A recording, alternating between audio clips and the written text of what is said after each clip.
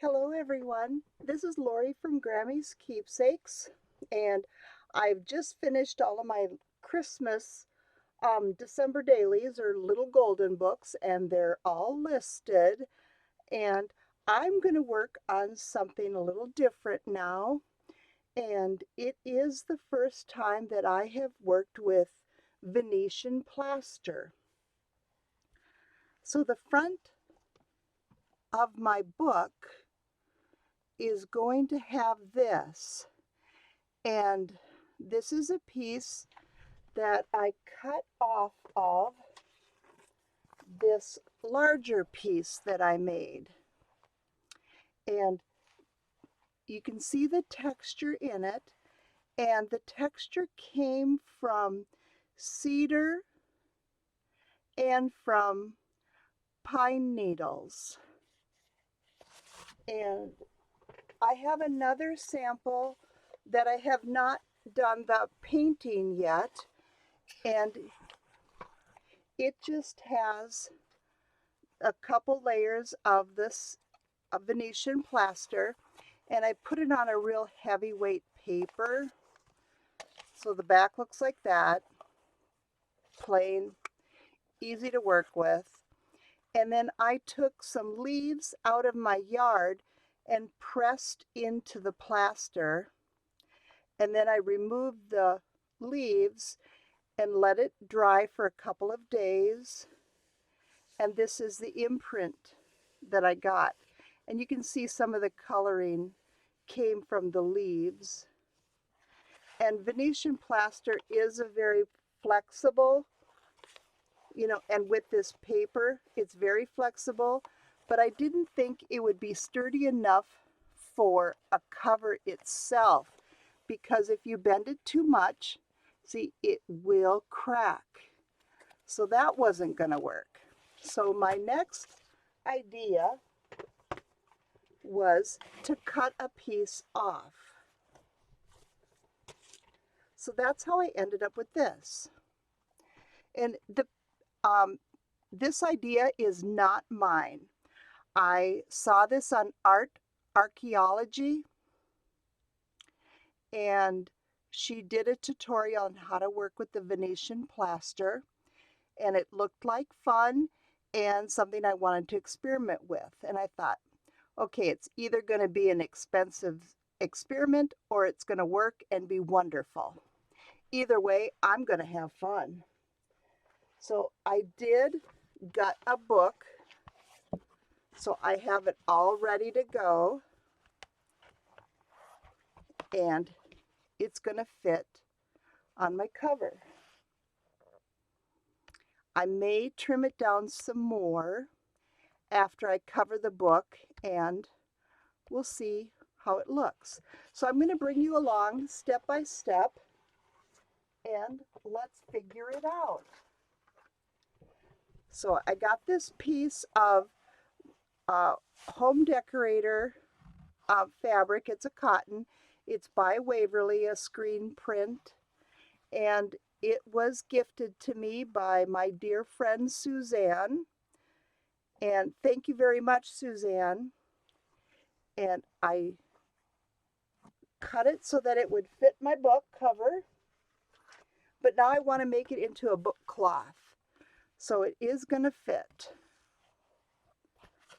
It's going to be way too wide, but that's okay. We'll cut it off later. So what I do first, and you probably have seen me do this before, but first I'm going to press out any wrinkles that may be in my cotton fabric. And this is a medium weight home decorator fabric.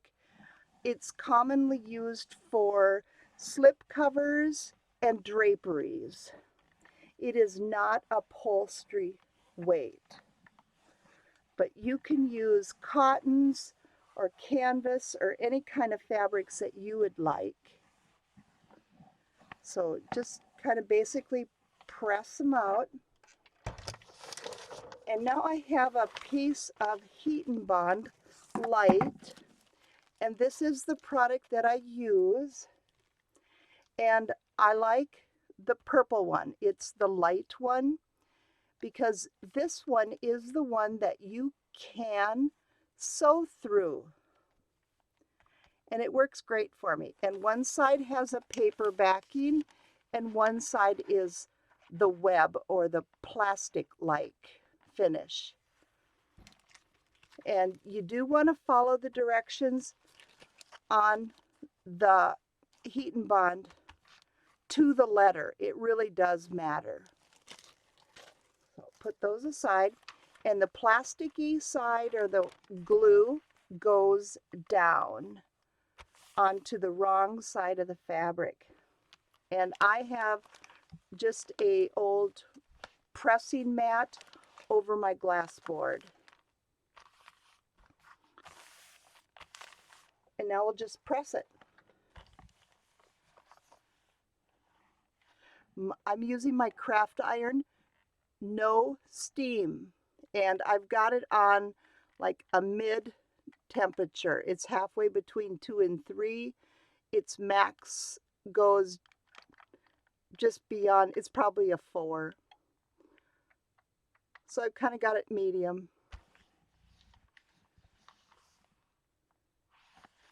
And when you're pressing, just make sure that nothing moves.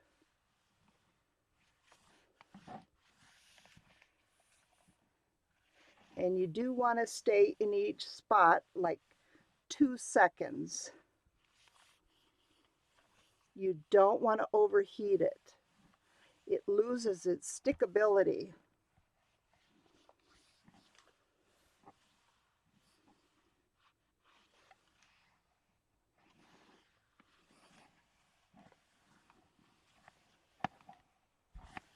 Making sure my edges are good.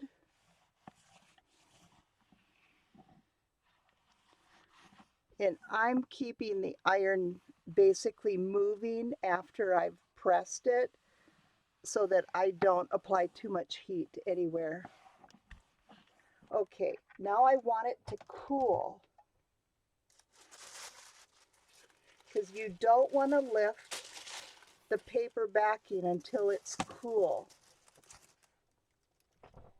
And we're going to grab my book cover,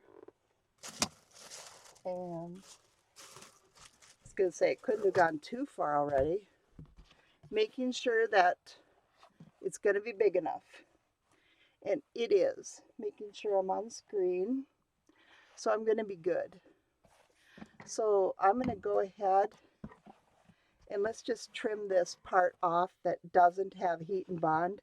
And I can use it on something else. And my Tim Holtz scissors are getting pretty dull for fabric, but it's all good. We'll make it work. Now it's a little bit easier to play with. So put this aside again. It's going to fit. And it feels pretty good and cool. So now I want to just lift up a corner and make sure that it's just the paper that's coming. See, you can see the web is shiny. It's still on the back of the fabric.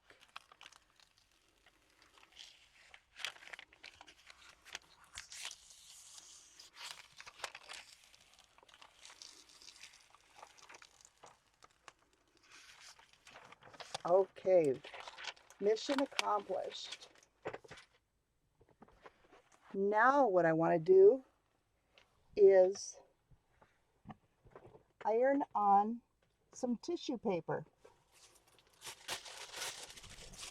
And this is just plain old wrapping tissue paper. And one side is matte and the other side's a little shiny.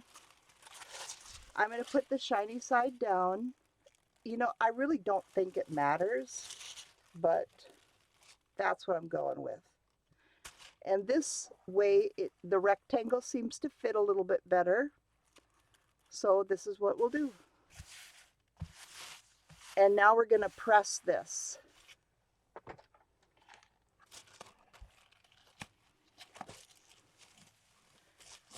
Again, being careful so I don't get any wrinkles. hardest part is keeping that cord out of the way, because I'm set up at my crafting desk, not the ironing board.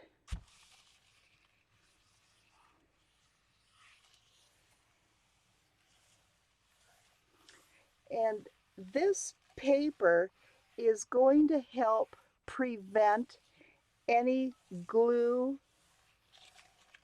seepage from to the front side of the fabric. That web and that paper, it's a wonder. And so now I don't need my iron anymore. So I'm going to go ahead and just unplug it so it can cool off a little bit, so I don't end up burned again. And I'm just pulling up the cord so I don't trip over it. Okay. And it's had a chance to cool off. That's good. I'm going to go ahead and cut this excess off.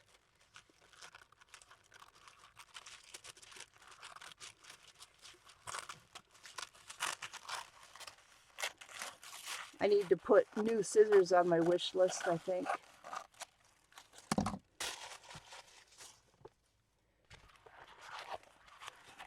Wonderful. A little bit of fuzz. It looks good. Yes, this is going to be wonderful. Nice and flexible. I'm going to get rid of the ironing mat. And let's put this aside for a minute, because I want to build up the spine a little bit. So I've got some cardstock, and this is a red kind of book. So I'm going to use a craft, and I just grabbed some scraps. Or, you know, it really doesn't matter what color it is.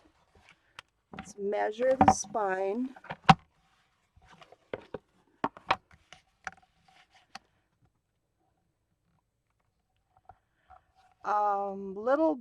About 1.5 inches. So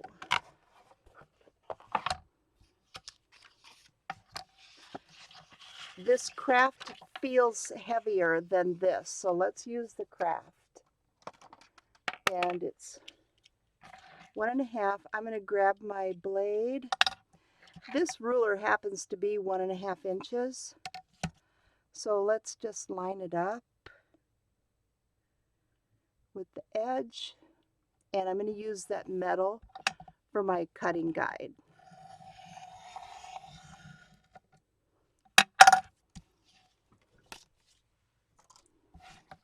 Okay, now it's going to be wide enough.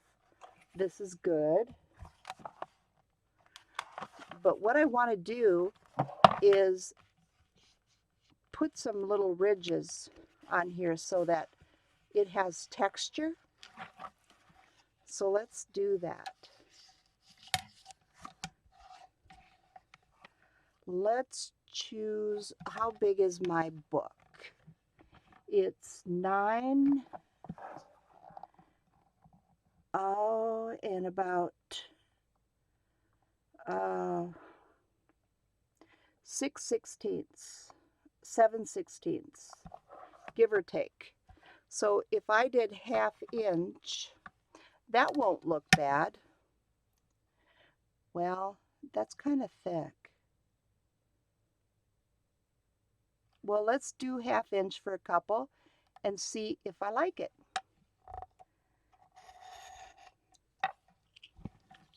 Yeah, that's not so bad.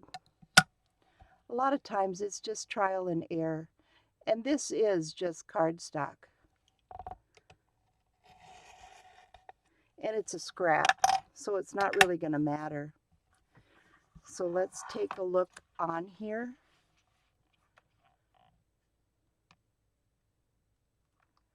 I want it narrower. I don't want it that wide. Let's go with 3/8.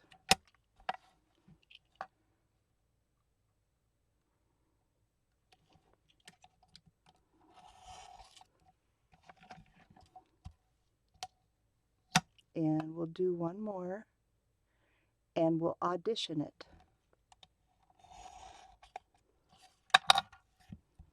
Move those aside. I like that better. I hope you can see what I'm doing. But I want it to be thicker than just the one. So let's just take and I wonder, let's just glue this together and see what happens.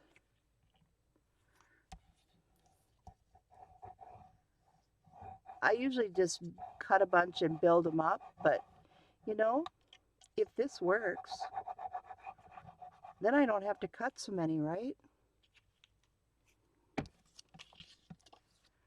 But going through the layers with the knife, grab my bone folder.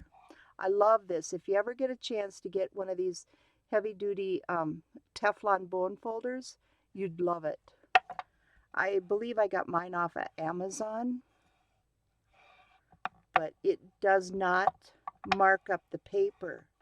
That's what I love. I did so many mini albums before I started making journals, and so I worked with a lot of black paper for the pages and the different decorative papers, and other bone folders would always leave a scar on the paper. So I started using this and I love it. Yeah, it's a little bit more difficult to hold over the thickness, but just make as many passes as you need to. So I don't know if this cut saving method is better, same, or indifferent than the way of just cutting a bunch and gluing them together. I'm not sure which one's better. But I have to make sure I am putting quite a bit of pressure on that so my ruler doesn't move. So I've got 3 good ones. Let's see if we can do 5.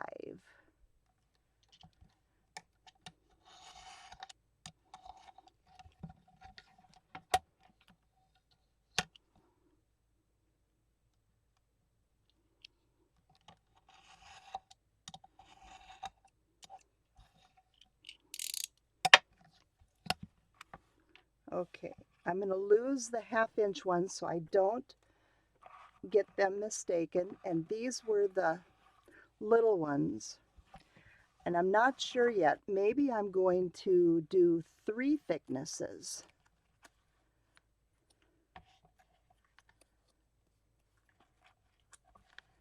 Well, I can't seem to hang on to anything tonight. Yeah, I think I am. Let's cut some more singles. I have 2.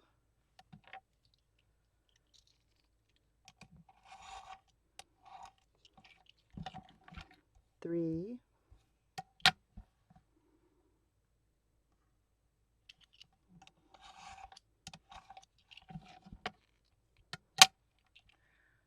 Last one. Whoops, it moved.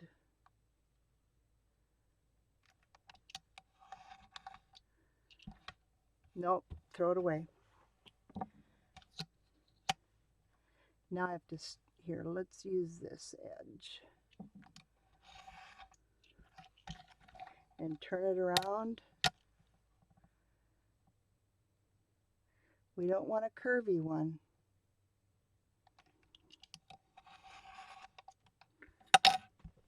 Got it. Let's close that. And I'm going to go ahead and use Art Glitter Glue. This is my double. I'm just going to add that other layer.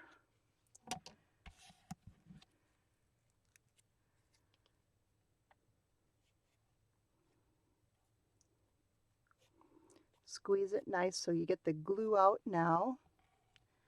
Grab some more doubles.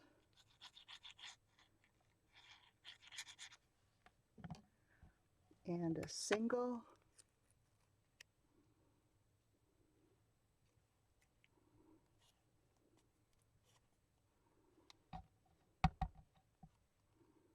And everything is in the details, so take your time with this part.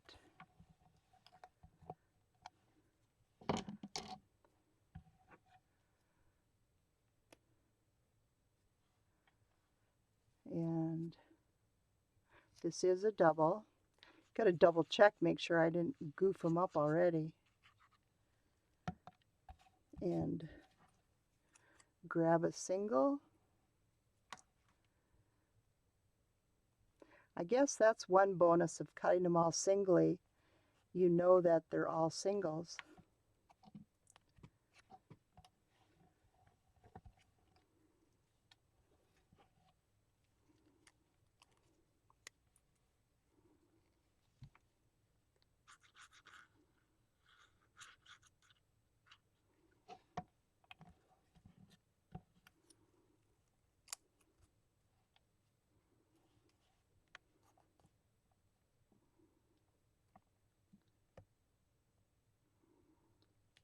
Getting my edges lined up.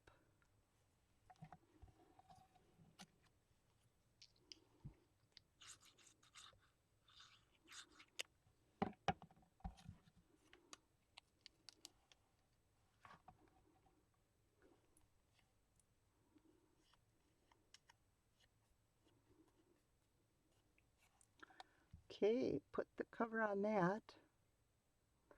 And then I'll show you my process of getting this done so that they look relatively even.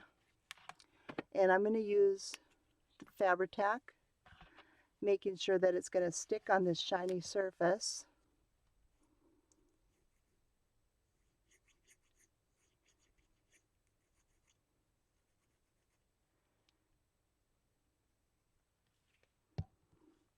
And put one on the bottom. And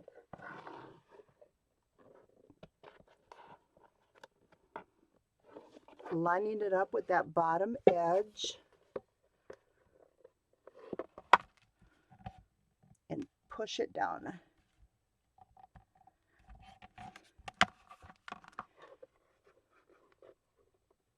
And this is an old book that my neighbor was throwing in the garbage, and so I rescued it. And I thought, this is a nice book cover, can put it to good use. Now we make sure that it's pressed down on the edges. We want it to dry well. Next, I'm going to put one at the top.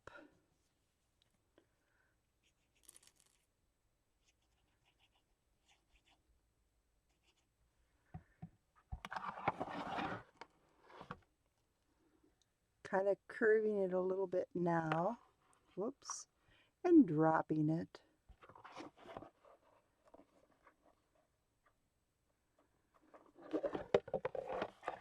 Turn it around so I can see.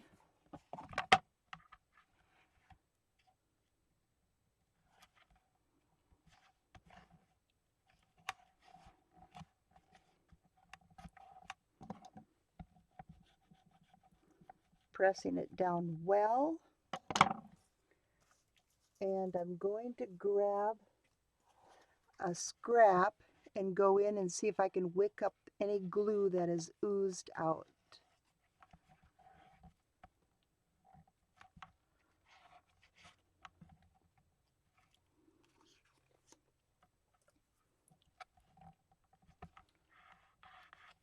Okay, now we're going to use the Tim Holtz ruler. It's good for that centering.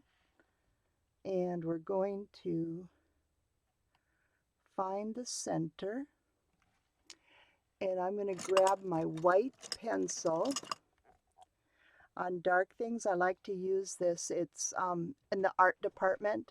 It's General's Pastel Chalk. So the center of my book is at 4 3/4.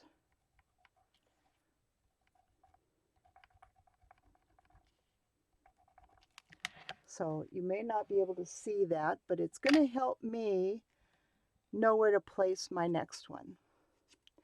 Now I want to round it just a little bit before I apply the glue so I don't get it all on my fingers.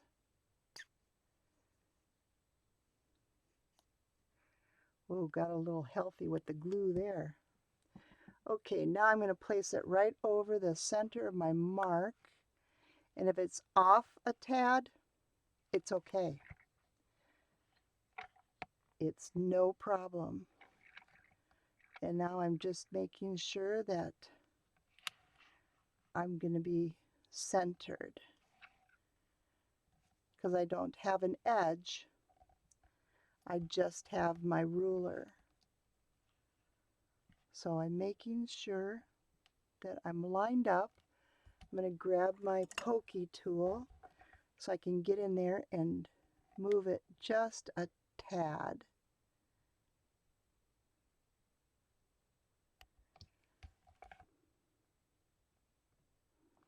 That's going to be good.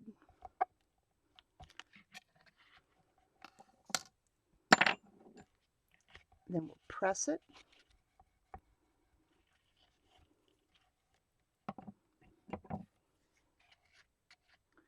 Wick up any glue that there might be. Give it a nice sharp edge.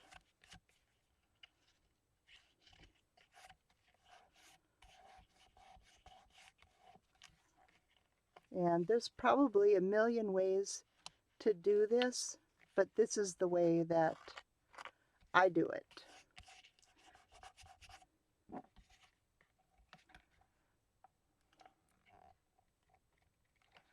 I got a little ball of glue there I want off.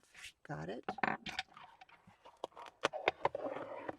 So now making sure that I'm good from side to side.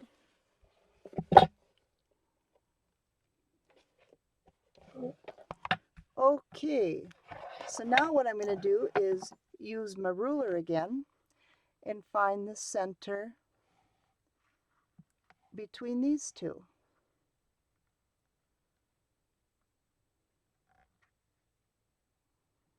And got it, or close enough. So I'm going to make a line right there. Getting a little hard to mark. It's got such a plastic edge. Got it. And curve it a little bit.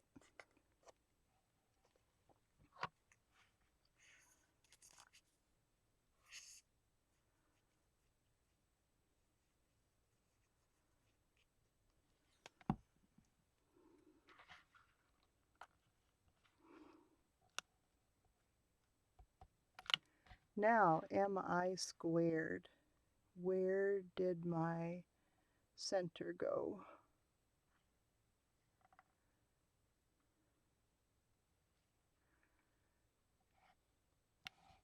Looks like I'm lined up. What I did was I just moved the ruler a little so that I have a line.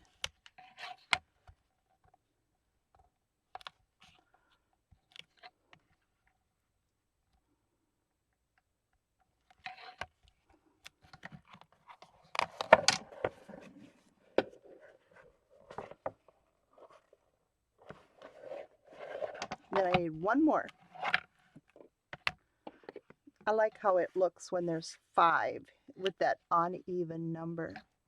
Then let's go for the center again.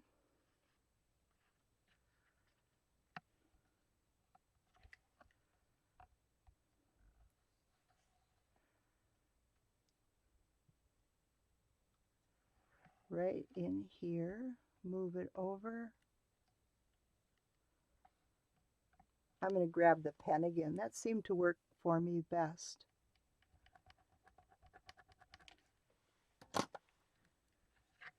And last piece.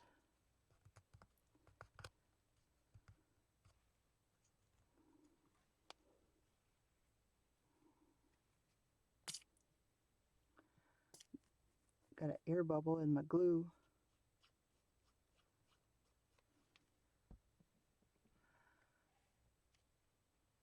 And go ahead and place, press, and check. And I'm just using random lines now to make sure that I am parallel.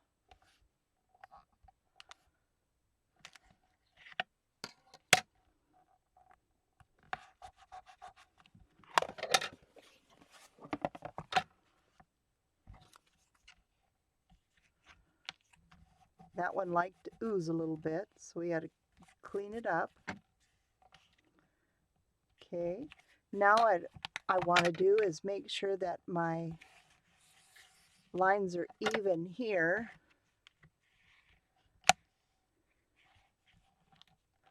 And with the Fabri-Tac, I have a little bit of a window.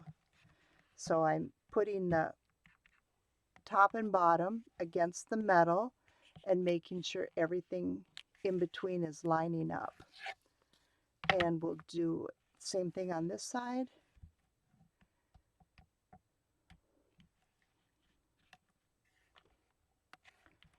It appears that it's going to work. I love it when that happens. And I keep sticking to the tape. Oh, it's from the glue from the book. Let's see if I can rub that out.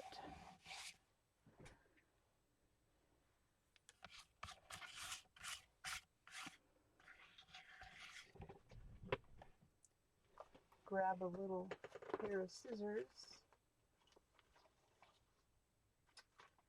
Maybe. They're here somewhere. Let's see if I can find a new pair. Anything that's not my fabric scissors. And I just want to trim that gauze. It's like a crinoline. Trim that off a little bit. Neaten it up. I don't want it to get tangled in my inside when I go to put the hinge on.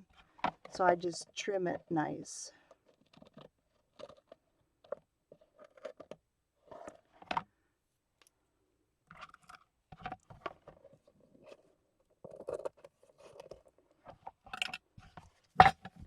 This will work.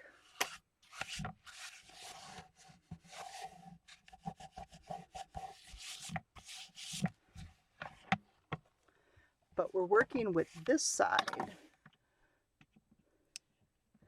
So now what I want to do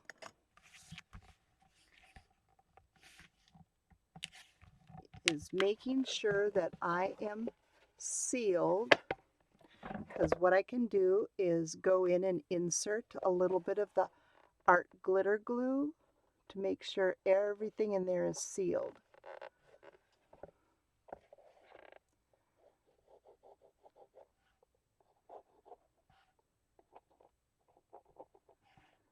Because we did put a flat piece of our own chipboard, which all those layers of cardstock created our own little lightweight chipboard, and it doesn't like to flex as well as the book corner. And then we'll just grab a baby wipe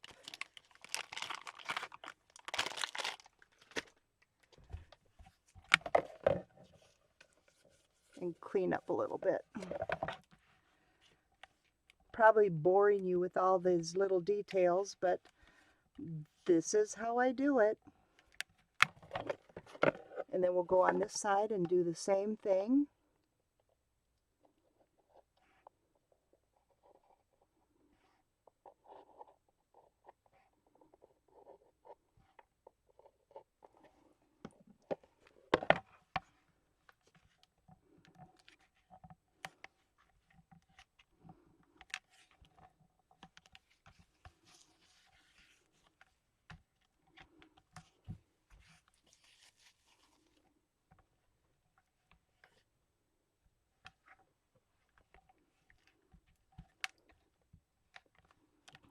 Now, when this is dry, I am going to attach. We're going to glue on the fabric, that book cloth that we made. That's what's next.